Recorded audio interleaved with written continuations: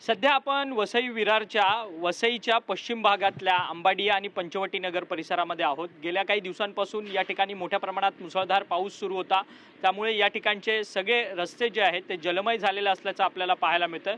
रस्त्यांवरती पाणी तर साचलं, परंतु रस्त्याचं पाणी जे आहे ते इमारतींमध्ये देखील शिरलेलं आपल्याला पाहायला मिळतंय। सध्या या ठिकाणी पाणी जे आहे ते ओसरताना पाहायला मिळतं, परंतु रस्त्यांवरती मोठ्या प्रमाणात घाण जी आहे ती या ठिकाणी साचलेली असल्याचं पाहायला मिळतंय। एकीकडे महानगरपालिकेच्या कर्मचाऱ्यांकडून ही घाण जी आहे रस्त्यावरची ती देखील साफ केली जाते, परंतु गटरामधलं पाणी जे आहे ते रस्त्यांवरती आलं आणि गटरामधलं पाणी जे आहे ते इमारतींमधल्या तळमजल्यावरील घरांमध्ये देखील मोठ्या प्रमाणात शिरलेलं असल्याचं आपल्याला पाहायला मिळतंय। सध्या हे पंचशील शॉपिंग सेंटर आहे। या पंचशील शॉपिंग सेंटरच्या तळमजल्यावरच्या संपूर्ण घरात देखील मोठ्या प्रमाणात पाणी शिरलेलं होतं आणि या ठिकाणी आता नागरिकांकडनं या संपूर्ण घराची जी आहे ती साफसफाई करताना आपल्याला पाहायला मिळत आहेत। अद्याप देखील या ठिकाणी जे आहे ते या इमारतीच्या संपूर्ण एंट्री परिसरामध्ये मोठ्या प्रमाणात या ठिकाणी पाणी साचलेलं असल्याचं आपल्याला पाहायला मिळतंय। लोक घरातून सामान या पाण्यामुळे खराब झालेलं आहे ते सामान या ठिकाणी बाहेर आणताना आपल्याला पाहायला मिळतात आणि या नागरिकांनी आपलं निवासस्थान सोडलेलं आहे। खरं तर या संपूर्ण घरामध्ये दोन ते 3 फुटांपर्यंत या ठिकाणी पाणी साचलेलं होतं आणि त्यामुळे हा संपूर्ण घर जे आहे ते जलमय झालं। अनेक आर्थिक नुकसान जे आहे ते मोठ्या प्रमाणात या इथच्या नागरिकांचं झालेलं आहे, परंतु ही वारंवार भेडसावणारी समस्या या संपूर्ण परिसरातल्या नागरिकांची झालेली आहे। आपल्याबरोबर या घराचे मालक आहेत मिलिंद म्हणून, त्यांच्याशी आपण बोलणार आहोत। कधीपासून ही सगळी समस्या या ठिकाणी वसई विरारच्या या संपूर्ण भागामध्ये भेडसावते? कारण की गेल्या 2-4 दिवसांपासून मोठ्या प्रमाणात पाऊस पडतोय। आज पावसाचा जोर जो आहे तो ओसरला तरी देखील अद्याप तुमच्या या परिसरामध्ये पाणी कायम आहे। 2018 पासून जे आहे ना, ही समस्या वसई विरारकरांच्या माथी पडलेली आहे। मुळामध्ये हे जे इकडचे जे नॅशनल होल्डिंग पॉइंट होते तिथे अनधिकृत बांधकामं झालेली आहे, तिथे नवीन शहरे वसाहत गेलेली आहे। त्याच्यामुळे जे नॅशनल होल्डिंग पॉइंटच्या ठिकाणी आता इमारती झालेल्या आहेत। मग पाण्याला मार्ग जाण्यासाठी दुसरा पर्याय नाही, मग ते शहरात पाणी घुसते। आणि पहिली गोष्ट महानगरपालिकेने या सगळ्या गोष्टीची एक माहिती घ्यायला पाहिजे। आपण निरी आणि IITचं जे सत्यशोधन समिती गठीत केली होती त्यांचा अहवाल 2019 प्राप्त झाला, त्यासाठी 12.5 कोटी ते दुसऱ्या अहवालासाठी 12.5 असे टोटल 25 कोटी खर्च केलेले आहे, पण त्या अहवालावरती काही इम्प्लिमेंटच महानगरपालिकेने केलेले नाही। मुळात ही खेदाची गोष्ट आहे की लोकप्रतिनिधी असतील, आमदार असतील, खासदार असतील, याच्या अगोदर ही जी आता ज्या पावसाळ्यापूर्वी सगळेजण म्हणजे भाजप असो शिवसेना असो सगळे पक्षातील लोक इथे पाहणी दौरा केला, परंतु या पाहणी दौऱ्यामधून त्यांना तुम्ही विचारायला पाहिजे की तुमच्या दौऱ्यामध्ये तुम्ही ही जी इम्प्लिमेंट होती ती का नाही केली। म्हणजे तुम्हाला निरी IITने जो अहवाल दिला त्या अहवालावरती काम करायला पाहिजे, त्या अहवालच केला नाही। या शहराचं एका वाक्यात जर तुम्हाला मी सांगू शकतो की आमचं शहराची जी इनलेट आहे ती 25 इंचाची आहे इनलेट, आणि जो आउटलेट आहे तो 5 इंचाचा आहे। म्हणजे 25 इंचामध्ये जो पाणी पडते, पावसाचं पाणी असेल किंवा वापरण्याचं पाणी असेल, ते 5 इंचाच्या आउटलेटमधून कसं जाईल।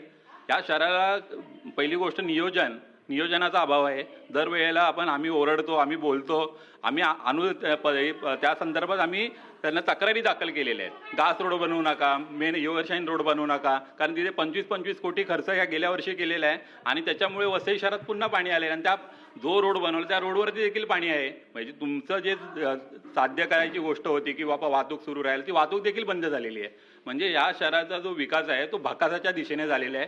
आमची जी हरित वसई आता भरित वसई म्हणून आम्हाला बोलावी लागते। खरं तर तुम्ही हरित वसई म्हणतायत, परंतु तुमचं स्वतःचं किती मोठं आर्थिक नुकसान झालंय। तुम्हाला घर सोडून आता या ठिकाणाहून जावं लागतंय, तुम्हाला स्थलांतरित व्हावं लागतंय तुमच्याच घरातून।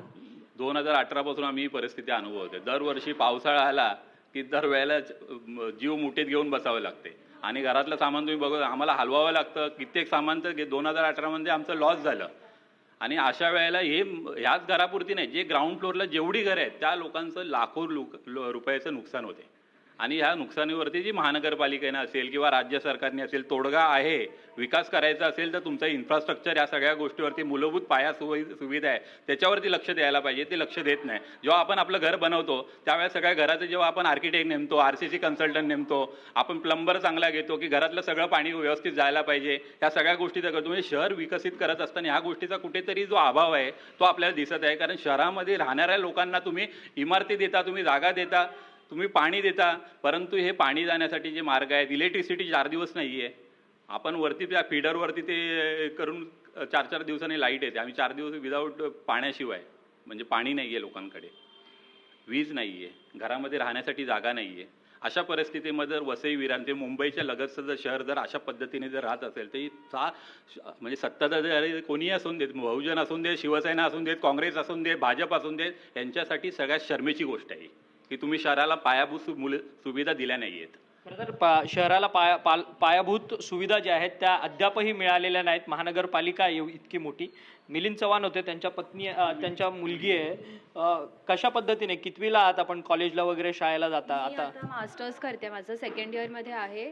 प्रॉब्लेम असा आहे ना की 2018 पासून हे जे चालू झाले ते जातच नाही आहेत. आता माझ्या बाबांनी, मिलिंद चव्हाणनी लिटरली म्हणजे इथली जी महानगरपालिका आहे त्यांना अख्खं स्ट्रक्चर दिलं, अख्खं लेआउट दिलं की काय केलं पाहिजे काय नाही, पण कोणाला त्याचं आय डोंट नो बाय इम्प्लिमेंटेशनच करायचं नाही आहे.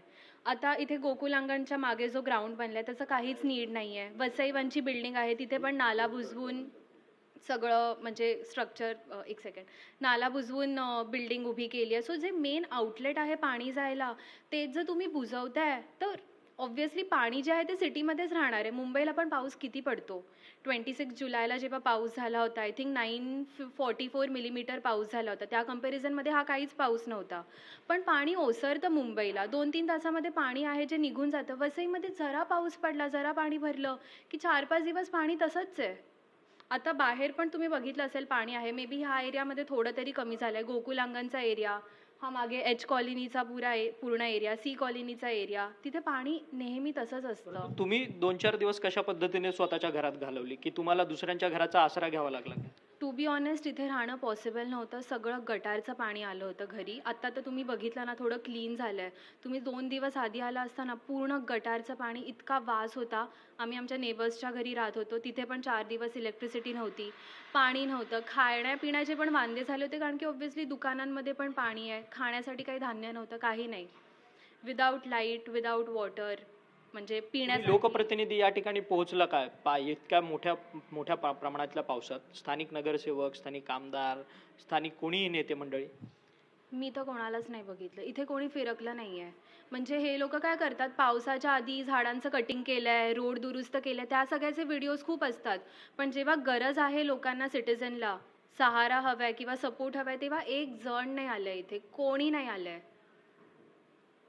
खरं तर आपण पाहिलं ही भयावह अवस्था आहे. मिलिंद चव्हाण हे घरचे मालक आहेत. या आपण ज्या घरी आलोय, पंचशील शॉपिंग सोसायटीमधलं हे संपूर्ण घर आहे तळमजल्यावरचं. त्या तळमजल्याच्या घरामध्ये जवळपास 2 ते 3 फुटांपर्यंत पाणी जे आहे ते या ठिकाणी घरामध्ये साचलेलं होतं. आणि आपण पाण्याची मार्किंग देखील पाहू शकतो. आपल्याला या सगळ्या मार्किंगवरतून कळतच असेल की पाणी या घरामध्ये कुठेपर्यंत आलेलं होतं आणि संपूर्ण गटारातलं हे संपूर्ण पाणी होतं. त्यामुळे अत्यंत दुर्गंधीयुक्त ह्या पाण्यामध्ये या नागरिकांनी, ह्या इथच्या स्थानिक नागरिकांनी इथे संपूर्ण काही दिवस जे आहेत ते 2-3 दिवस काढलेले आहेत. कोणी स्थानिक लोकप्रतिनिधी या ठिकाणी पोहोचत नाही. 2018 पासून ही समस्या भेडसावते आणि दिवसेंदिवस ही समस्या जी आहे ती वाढतच चाललेली आहे. अशा पद्धतीची प्रतिक्रिया जी आहे ती या सर्व नागरिकांकडनं, स्थानिक नागरिकांकडनं देताना पाहायला मिळते. या सगळ्या संदर्भात राज्य शासन असेल किंवा स्थानिक प्रशासकीय व्यवस्था असेल त्यांच्याकडनं आगामी काळात काही दखल घेतली जाणार आहे का, हे देखील पाहणं तितकंच महत्त्वाचं ठरणार आहे. परंतु या ठिकाणी गेल्या 4 ते 5 दिवसांपासून लोक जीव मुठीत घेऊन जगतात आहेत, हे तरी या सगळ्या आपण जे काही बघतोय त्या परिस्थितीच्या माध्यमातून आपल्याला पाहायला मिळते. व्हिडिओ जर्नलिस्ट चरण मार्गमसह अक्षय मंकणी, TV9 मराठी, वसई विरार.